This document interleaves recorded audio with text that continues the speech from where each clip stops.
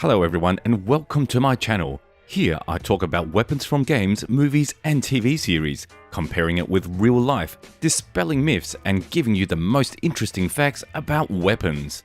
In this video we will talk about one of the most legendary games of all time, named CSGO. There are quite a number of different guns and pistols in this game, but players only use a limited arsenal of about 5 weapons. And for this video, we've chosen 3 of the strangest and most unusual weapons that don't appear very often in players' hands, but are clearly worth knowing a bit more about. Because even after 1000 hours in CS, you are unlikely to know how these weapons actually work in real life or what is so unusual and cool about it. And the first weapon that only appeared in CSGO is called Zeus, and the only thing it is used for is to humiliate the enemy, because there are a number of other ordinary weapons that are far more effective. In CS, we want to get more frags, but what's it really like in real life? What would a taser like this be really good for, and what's so interesting about it? Zeus is based on a real weapon that is often used by the police. It is basically a taser that fires 2 darts, followed by thin wires that transmit a 50,000 volt discharge that lasts for 5 seconds. But in reality, only 5,000 to 15,000 volts usually reach the target. However, it is enough to make our nervous system go a little, shall we say, nuts. It also uses electricity to send signals to our muscles, but not to the same extent, so when someone is exposed to a taser, all of our muscles immediately contract and in a very violent way. As a result, the victim remains alive but is in severe pain and has also been immobilized for a few minutes. There comes a perfect moment for the policeman to handcuff the hooligan and put them into the police car. And as you see from the context, this kind of taser is most often used by the police to pacify particularly violent individuals. And the key phrase here is pacify, because if you have to kill someone, a taser is not particularly well suited for that. First of all, a taser does not always work reliably. The fact is that people can react differently to electric shocks. Some may be knocked out in a few minutes, and some may not feel much. The criminal will definitely feel uncomfortable, but it is not certain he will drop dead after being tasered because the darts may fail to catch on his clothes, and then a much smaller amount of discharge will reach the target. However, the police do not use this weapon on particularly dangerous criminals, and when firing a taser, their job is simply to stop the target from attacking or running away. So they are all instructed to aim for the back. After all, if you hit a person from the front, there's a chance that their heart will stop, and as we understand, when you fire a taser, it is clearly not intended to kill someone. Considering that the analogs of Zeus from CSGO are used by law enforcement officers, things are strict and official there. When the taser is fired, not only the wires fly out, but also the round little pieces of paper on which the serial number of the weapon is written. This way, it is easier to track who owned the taser from which the shot was made. So you can't mindlessly shoot everyone.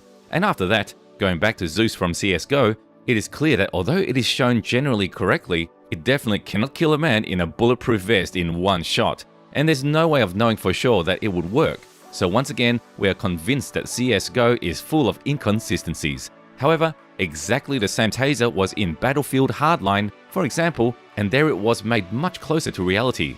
When hit, the enemy would fall to the ground for a few seconds and be unable to move or shoot, while the attacker would have the opportunity to approach the enemy and finish them off with hand-to-hand combat.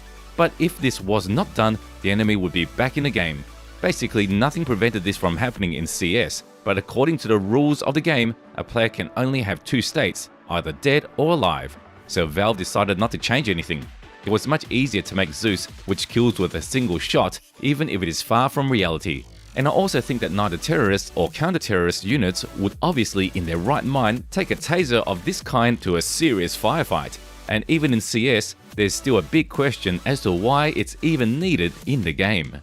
And now we're going to talk about something that no professional battle can do without, the flashbang. But the most important question is, why are such grenades that do not kill anyone needed in life? How are they applied and how do they differ in reality from what we see in CS? Actually, these kinds of stun grenades were invented 50 years ago and were first used by the British Army because soldiers did not always want to kill people. And in real conditions, no one is paid money for frags, so if you make it without victims, it has always been the best way. Although these grenades have been described as non-lethal weapons, they are certainly not harmless. After all, they can cause very serious damage to a person. Today, stun grenades are often used by police or special forces when storming buildings. You throw a flashbang into the room, and a second and a half later, the grenade explodes, emitting a very bright flash of light accompanied by an explosion with a loudness of 170 to 180 decibels. How loud is that? Well, just so you roughly understand, if you're standing a meter away from a speaker at some super loud rock concert, it will only be about 100 decibels. A chainsaw or jackhammer working in your hands emits about the same amount of noise. A shotgun shot next to your ear is loud, as much as 150 decibels, and even that's not as bad as a flashbang going off next to you in an enclosed space. It's a living hell. As described by people who have experienced the effect, for 5 to 10 seconds, you'll be completely blinded and disoriented. But even if you manage to close your eyes or turn away, it doesn't get any better, as the sound generated by a flashbang is twice our threshold for pain. This will cause you to hear nothing but ringing in your ears for another minute or two, and you'll be moving around like a drunk. It would feel like being hit to the head with a baseball bat. That's how the high level of noise affects us, and you don't fully come to your senses until about an hour later. And at the same time, you'll often irrevocably lose part of your hearing, and the closer a grenade explodes to you, the worse the consequences will be. But if the flashbang goes off right under your feet, you could be hit by shrapnel, your clothes could be set on fire, or a finger or two could be torn off. But what do we see in CSGO? Even a decoy, when it explodes, does damage, but the flashbang for some reason does not. The maximum is a couple of damage when a character is hit directly by a grenade. The blinding effect is completely gone in a couple of seconds, and the stun is also over almost immediately. If you manage to turn your back to the explosion, a flashbang does pretty much nothing in CSGO. But if you do something like that in reality, it won't save you from the sound wave. Not to mention the fact that using a flashbang in a small room will certainly incapacitate the enemy, but also yourself at the same time. And in general, there have even been known fatal cases involving the use of a stun grenade. And even if a person survived, he often suffered serious injuries and hearing problems for the rest of his life. That is why there are many people who believe it is time to replace the 50-year-old flashbangs with safer, more modern options that won't accidentally set your house on fire or leave a person disabled. Now we're going to talk about the weirdest and I'd say even a little stupid CSGO gun, namely the negev. Because it's really hard to find a normal use for the negev with its current shooting mechanics. And the name of this machine gun is really stupid. Negev. What is this anyway? And this is none other than the name of one of the deserts in Israel, which is the birthplace of the creators of the negev. Work on prototypes for this machine gun began in the 90s, and it was not until 1997 that the negev became the official machine gun of the Israel Armed Forces, with its makers proudly claiming that it is the best light machine gun in the world. But for some reason in Counter-Strike, when playing with the negev, it's hard to believe that it's the best. And why it's considered lightweight is also unclear, because with this weapon equipped in your hands, our player in CS can barely move around. But in reality, it's not that bad at all. The negev weighs almost as much as the AWP, something around 7 kilograms, which is considered quite light for a machine gun. While the negev in CS is famous for having a super crappy accuracy on its first few rounds, in real life, it always shoots steadily and in an accurate manner. It has such low recoil that it can be fired accurately even with one hand. The negev is also often fitted with a very handy sight, a bipod, and a buttstock for stabilization, and a unique feature is that the negev is capable of firing a single round in semi-automatic mode. In other words, it has no problems at all with accuracy, and in this respect, it is quite competitive with assault rifles.